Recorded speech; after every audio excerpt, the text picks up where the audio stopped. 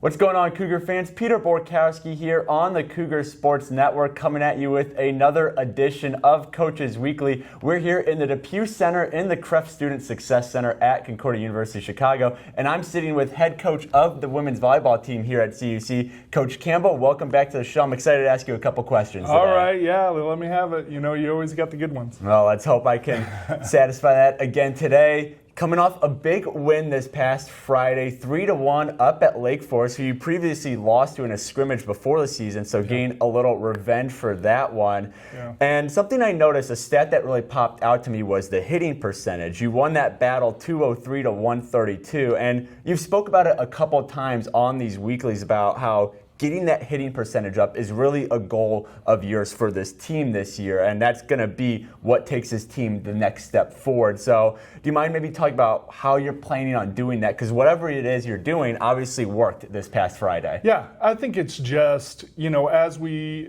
continue to incorporate the offense as a whole, and what works and what doesn't, and what combination of players playing next to each other works. Like I was watching some film over the weekend of us early in the season playing a completely different lineup and thinking, wow, we missed an opportunity with who we had playing next to each other and blah, blah, blah. So it's about that continuity of everybody being able to work together within those 6 rotations. And I think now we have our new iteration working out, and hopefully we'll keep it rolling and get, you know, Isabel and the setters making the choices that we need to make in the moment that we need to make those choices based on all the information that we have available to us about what we're facing as far as getting a side out or scoring. Right. And we did a great job of that against Lake Forest. And quite frankly, we did a great job against IIT as well.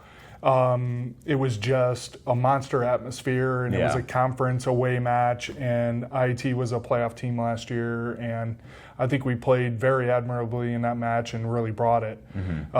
Just a few points here or there, it could have been a different story. But, you know, hopefully we're able to continue to progress, because the 200 hitting percentage for us is a win. Right. I really feel like 200 is where we need to be.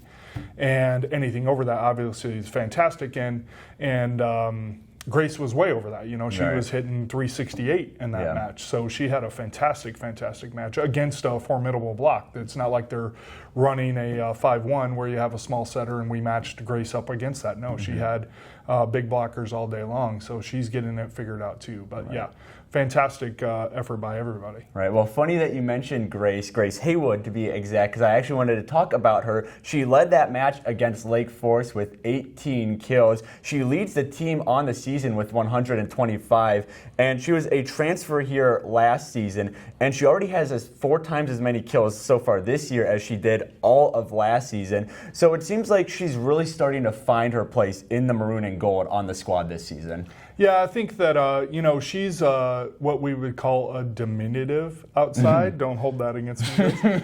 And it's not that she can't be fantastic, because there's been shorter outsides, specifically with Aurora or whoever, who were All-Americans. Right. It's just about knowing what is available to you to play and making those choices on a consistent basis. Right. And she's done a really great job over the last 2 weeks of progressing her offensive game to our #1 outside hitter.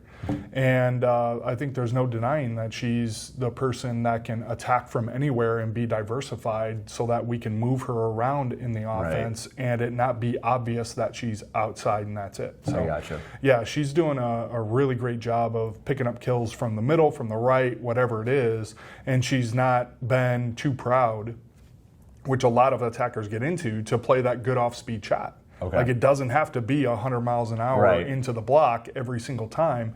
She's done a really great job of picking those opportunities to be successful in the off-speed game too. So, yeah, I'm really proud of what she's doing. Well, action resumes tonight. You're facing our crosstown rivals, Dominican University, here at Geiseman. And it's a big one. Not only is it a conference matchup, it's also your first home game of the regular season. And it's almost the end of September, so it's been a long time coming. And Geiseman's one of those places that when the crowd really gets into it, they really get into it, and it becomes an extremely hostile environment for other teams to play in. So I'm sure you and your players are both really excited to be on home court tonight. Yeah, for sure. I think it's always been a struggle for teams in general to go on the road in our conference because it is so tough, and our place is one of those places. So it's, we're looking forward to that atmosphere, and we've been exposed to it a lot. Right. Like most notably Wheaton and IIT, and You now just Lake mentioned Forest. IIT, Lake Forest right. was an incredible atmosphere. I mean, Lake Forest, for instance, in the second game, I think the only reason that they won the second game is their whole football team was there. Really? And really on top of us. That always helps. My better half made sure to mention they called me Mr. Clean.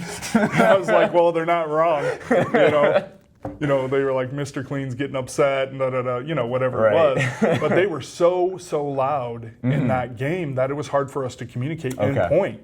And that's what we want to be exposed to, especially in non-conference matches. We want that kind of atmosphere, and hopefully we'll have that kind of atmosphere tonight here in our gym. So, yeah, we're looking forward to not having, and I'm sure Dominican will bring a good contingent. It always does, right? Exactly. So it'll be both ways tonight, but hopefully we'll be able to come out on top. All right. Well, the Stars come to Geiseman Gymnasium tonight for a matchup against the Cougars. That's a 7 p.m. start time. Coverage can be found at cucougars.com. The live stream can be found on our YouTube channel, CUC Sports. Coach, good luck tonight. Hopefully we can pull out the first conference win of the year. But until next time, this is Peter Borkowski signing off of the Cougar Sports Network and wanting to say, as always, go Cougars.